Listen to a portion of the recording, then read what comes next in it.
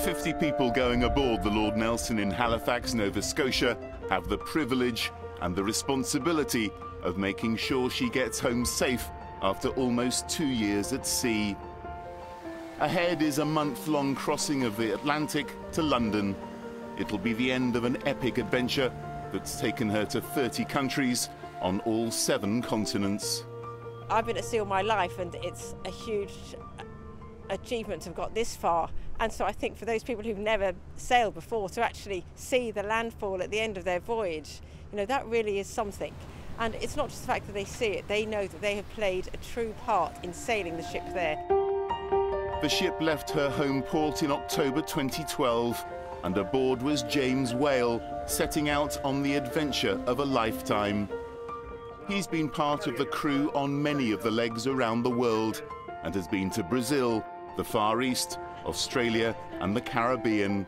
Now he's getting ready for the final voyage back home. He says his experiences have changed him. I had a fear of flying, before. I didn't like going very far on an airplane, and because of, obviously, we're sailing around the world and going to these places, like, I know, but Rio was 10 hours, Singapore's 15 hours, so that has made me get over my fear of flying a lot.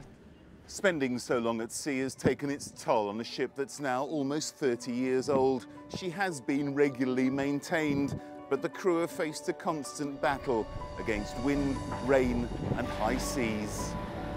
So before she leaves Canada, sails have to be mended and hoisted back up onto the yards.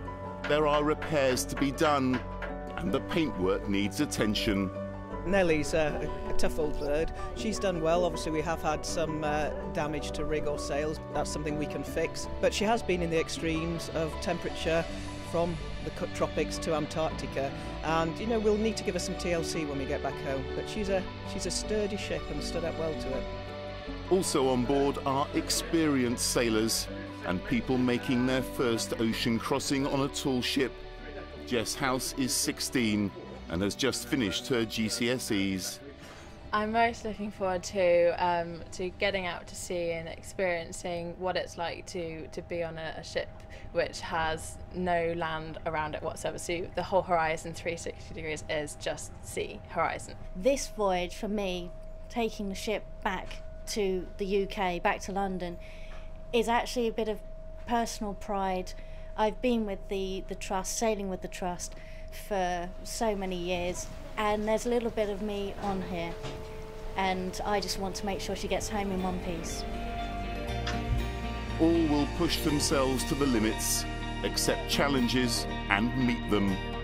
They'll also learn about themselves and about the people around them. People who are able-bodied who come on here, it's the first time they've been in close contact with quite a wide variety of different disabilities, and they find it quite enlightening, and they leave the ship with a totally different attitude to the disabled.